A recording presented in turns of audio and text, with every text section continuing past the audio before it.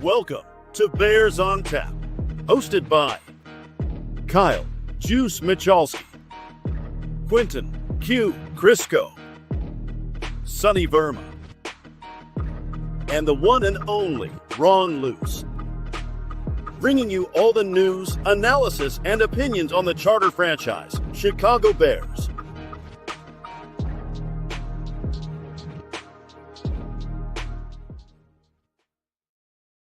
And just like that, thank you, Scott, for welcoming us back. We are back. We literally just got off the air. Didn't we just do 10 this? minutes ago. And then I get a text from Rod saying, Eberflus is gone, or was it Sonny who said it? It was one of you two guys said it, and we're back. It happened. Black Friday, Black Monday has turned into Black Friday. Eberflus is out, which this is the first time the Bears have ever fired a head coach in season. Yeah. We just talked about this all over the Lions post-game podcast of like, there was something to gain this time, which made me think there was reality to it. Whereas like you look back on Tressman, John Fox, Matt Nagy, I think there was a really limited amount to gain from it. Where this one, they get to see what Thomas Brown has. And I believe you said it's Thomas Brown. I haven't even seen the notification. It is Thomas Brown, yes. Thomas Brown is the interim head coach, and Eberflus is gone. So, Q, you get your wish out of all of this as well. We literally, again, didn't we just do this? That's literally what this feels like right now. But you're 100% spot on, where now this is your audition as your Thomas Brown. You are the interim head coach. Either show us you're the guy and we keep you and remove the interim tag after the season, or we push forward and look for somebody new. A couple other comments. Our good friend, Mr. Peabodes here. He says, I'm so fucking here for this. Christmas came early. As Scott says here, Thomas Brown show begins. And Christopher Cole thinks Ben Johnson or John Gruden is the next coach. We got some yo's in the comments. Everybody's excited. Everybody's reacting. Of course, we literally just got off the air, folks. I kid you not. That show, it's a good one. I still encourage everybody to go listen to it if you haven't already. But we are here for some quick, instant reaction. Sonny might have nailed it perfectly. This might be the greatest Black Friday ever in terms of Chicago. Maybe. History. The Bears, and Q, I think the reason this is also so significant, the Bears just went completely, is this the Kevin Warren effect? The Bears have done something they've never done as a 100 and what? Help me with quick math here. 104-year history. Yeah, 104. Say that sounds right. Yeah, 104, 1920. 104-year history. They've never fired a coach midseason until now. They fired both an OC and a head coach in the same season. How crazy is that? Insane. Like, I mean, truly, if you told me at the beginning of the season this would be what happens, I might puke. I'd be so upset about it. But like, here we are, and it's the right decision, I think, for where they are, for where they've been. And the nice aspect of this, Thomas Brown gets, what is it, 10 days to acclimate. Yeah. It's not a short week. It's not a 7-day week. It's 10 days. He has extra time to get into the position and start making changes, planning for what he's going to do as head coach. One thing we talked about in the last episode, what controls he's going to have in late game situations. Is he going to, have Richard Hightower as the timeout guy, or Eric Washington is the timeout guy if the Bears are on offense where the clock ticks down at 10 seconds? We're using a timeout, and that's short sight. That this is a narrow sight based on what we just saw happen this past week. But there's a level of accountability that Thomas Brown has brought to the offense in his 3 weeks so far, which, again, it's only 3 games. That's the scary part of this, is we don't know exactly what Thomas Brown is yet because it's only 3 games. But it seems like he's brought some real accountability and trust to the players in that room. Now he has an ability to extend that to the coaching staff and the defense. And, it's the thing that we talked about in the last episode. It's a tryout. The Bears are finding out what they have in this guy before he goes and does head coach interviews this offseason, because if the way that things are going on offense, I think he's going to have head coaching opportunities this offseason. He definitely is, and I want to welcome everybody into my linebacker of a Husky who has joined me in the room here. So if you hear something, that I apologize in advance. But we got some more comments here. Cheered so loud I woke up my kids from a nap. Absolutely worth it, according to Seth. The McCaskies. I know you're excited too, Kai. I am too, buddy. McCaskey's managed the Bears based on how much noise is in the media. Brisker just tweeted, "God, don't make mistakes." I mean, this is so that's some clarity on the Brisker stuff, because Brisker's been tweeting like a wide receiver for the last 2 weeks, like just like the enemy acts kindly and holds a knife type stuff. Like it's just, it was wondering who that was exactly directed towards. Was it the training staff? Was it Eberflus? Was it someone else? It seems like it was Eberflus based on that. And clearly Eberflus is the guy. Eberflus was the enemy, I guess. But, I think, like people had said, there was no way they could do this again and they could run it back.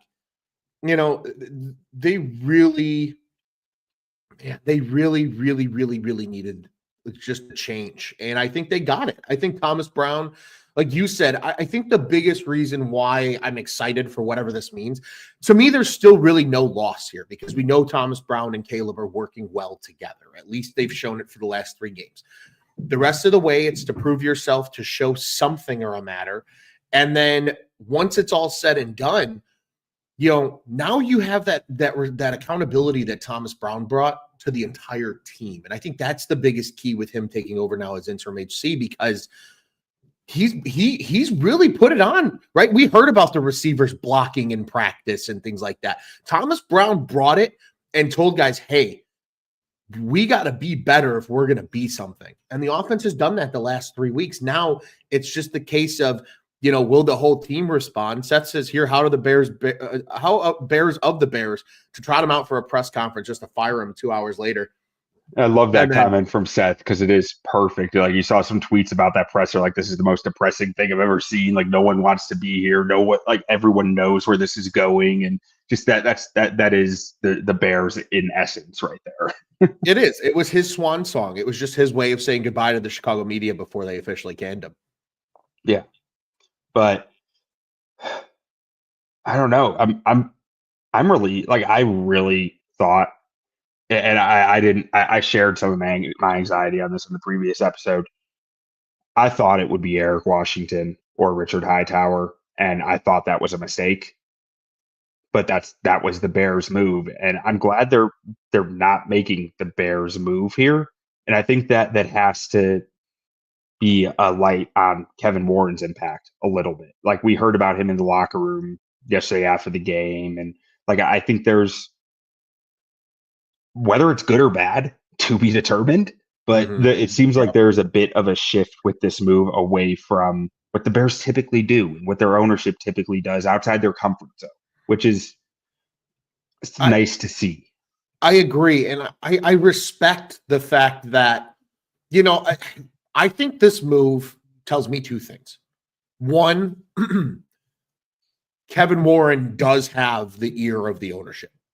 And he is actually the guy in charge. I now fully believe that with this move. Kevin Warren has commanded the respect of everybody in that organization.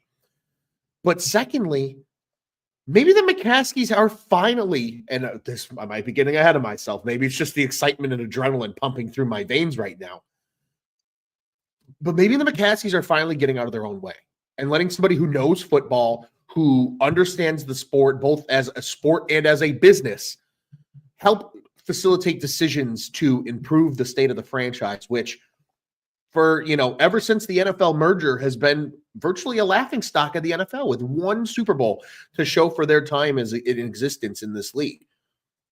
I think right now it's just at a point where we have to appreciate it. And I agree with Seth here, and I agree with everybody. Please hit that like button. Let everybody see our reactions. I'm sure everybody wants to hear Kai's reaction and excitement. I got a Husky that's excited that Matt Eberflus got fired today. It's that kind of day right now in Chicago. And this is going to be the talk now of the whole weekend. Kind of the beauty of this being a holiday weekend is Chicago's going to be up in arms about this for the next probably 5 to 6 days. Right, we get to probably hear from Thomas Brown, I would imagine, probably on Monday, maybe on Tuesday. And it's going to be his introduction to the team. Maybe we get one tomorrow. Who knows? I don't know how proactive they're going to be. But this is, you know, Q, I think the beauty of us doing this show now, this is our instant reaction, right? This is the just the thoughts that are coming out of our head. We literally just jumped off the thing. Of course, they decided to do it right away. But I want to articulate the impact really quick that like this move has had that has surprised people. I have about 15 text messages in my phone right now that I would just quickly like to gloss over. I have my cousin who lives in Atlanta, who's a diehard Bears fan, saying, let's fucking go. I have a friend, a good friend of the program. She's also a huge friend of Cubs on Tap, Miss Rachel, Cub Rachel over with UK Cubs, saying it happened in all capital letters. And I've even got people from other states texting me about like, wow, this happened. This is a big deal. Because again, not only are the Bears doing something that all of us felt needed to be done, but they're going against their own grain. Maybe, just maybe, Q, everything we talked about in your final thought of our post-game show about seeing what the Lions have done and that change in attitude as an ownership group and investing in the proper people and making the right decisions. Maybe the Bears are finally taking notes and saying, yeah, we need to do this the right way. And to me, there's no loss here. You get to see what Thomas Brown is the rest of the way. You nailed it, Q. I mean, flowers where they're due, my friend. You were the one that called it and said why Thomas Brown being interim HC would make sense. And now you flip-flop that and say, well, now it's about Caleb the rest of the year. Can this team get a sense of life injected to them? Seth says he's low-key excited to see what Eric Washington does with this defense. I agree. But I'm also excited, Q, now to take the next, 96 hours, 72 hours, whatever amount of hours it is between this show and our preview show for the San Francisco game next week. Because I think all three of us are going to come back, including Sonny, who was unable to join us today, and have more thoughts on this once we can sit and really let this mature and develop and marinate. I think right now it's just excitement and adrenaline for everybody in the Bears fan base, Q. Yeah, one thing I want to point out with it is from the Kevin Warren aspect, and like to be determined how much influence he has. It feels like he had to have some pretty significant influence on this for them to change this heavily in season. Because I mean, as Scott mentions here, Thomas Brown has had 2 promotions in less than a month. That is a not very non-Bears thing to do. And I'm sitting here thinking back to when Kevin Warren came into the job here. He started writing lists and taking notes about everything. And I guarantee you, in order for this to happen, I mean, I can't guarantee you, but I feel like there's a strong possibility that all those notes that he's been accumulating for the last year and a half are probably turning into pro-con lists of keep him, pro-con, fire him, pro-con, and you present that very, very clearly to George and say, these are the facts. These are the notes I've been taking for 2 years now, a year and a half now. These are the facts of the way that this can go, and here are your paths off each one. I mean, that makes sense to me. It seems to be the way that Kevin Warren's brain works. He's very methodical, very logical, and strategic in each step he takes. I think that we just saw that come to light for the first time, and it gives me hope that there is more proof, more proven leadership within the Bears leadership structure that is taking hold of some aspects of all this. Because I mean, you look at Kevin Warren, and we talked about this when he was hired, but he was with the greatest on turf Rams, or greatest show on turf Rams. Then he was with the Lions for a short stint before spending a decade with the Vikings, who were fairly successful in that decade, being a pretty consistent playoff team. I mean, and then eventually moves on. I mean, more than a decade. It was like 15 years with the Vikings, but then goes on to be the Big Ten commissioner, and then with the Bears. Like this feels like process from Warren to me more than anything. I agree. I think this. Again, I think this highlights an organizational shift in that respect. Seth says times are finally changing. I think times are finally changing because they have a figure who commands respect and presence as the president of this team. They haven't had that, right? When Ted Phillips was overseeing the operation, he was just a yes man to the McCaskey family. Kevin Warren demands certain things. And like you said, he has a very process about him. I don't know if anybody read last season when they did the New Year's Eve game about like the day with Kevin Warren, and it was like a whole big article, and they followed him from the time he woke up at like 4 a.m. to the time he went to bed after celebrating New Year's with his family. And like, he's a very methodical guy. He's got his process about him. He's a structured guy. And I agree with you. I'm sure it's exactly how he presented this was, here's what we have. I'm going to talk you through the process of what I was thinking here. Check this out. What do you think? And the McCasey said, you know what? You're right. We should do this. And I do like this. Tamina too does have to say here. And I think this is good. I think this is a little bit of level set for us. He says, I am a bit worried. He says, I was really enjoying Thomas Brown as an OC in the coaching booth and being able to fully focus on play calling. And I agree. I totally agree with that. I think that is a fair concern to have. Agreed. But, you know, this is the time where, you know, Thomas Brown has been an assistant coach before in 2021 and 2022 with those LA Rams, a Sean McVay run team. I think this is now, Thomas Brown to me wants this, right? I think he was the guy that wants this because he looks at his NFL future. His NFL future was almost over before it started last year with just the debacle that was Carolina. But he gets a new opportunity in Chicago. You know, he becomes the passing game coordinator. He takes another step back. Like you said, to get 2 promotions in the same season. If there's any guy that's going to want the Bears to run the table the rest of the season and somehow manage to like even sniff the playoffs, it's Thomas Brown because he has the most to gain. Yeah. So I think that that's going to be a huge piece of what we see over the next couple of weeks too, and just how this Bears team kind of reacts to everything. You have 5 games left. Can you run the table? Maybe not. But like if this team wins 8 games, 9 games, if they do run the table and you're sniffing a playoff spot, all of a sudden Thomas Brown, instead of a Ben Johnson, instead of an Aaron Glenn, instead of a Liam Cohen, might shoot to the top of some of these boards. There's already 3 jobs available for next season. The Bears, the Saints, and the Jets. There's going to probably be at least, I would argue, 2 to 3 more. There's nobody right now that has more to gain than Thomas Brown. And I think for that reason, I think, Tamina, too, your fair worries. I'm going to call them what they are. They are fair worries.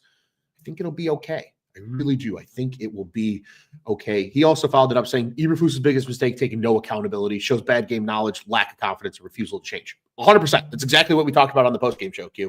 Was his stubbornness, his inability to just own things. Thomas Brown has brought that sense of accountability. And I'm excited to see what happens here with the 49ers on the schedule, Q. I don't know about you. I'm very excited to see it. And I guess I have to give kind of my final thought here because I do have to run in momentarily.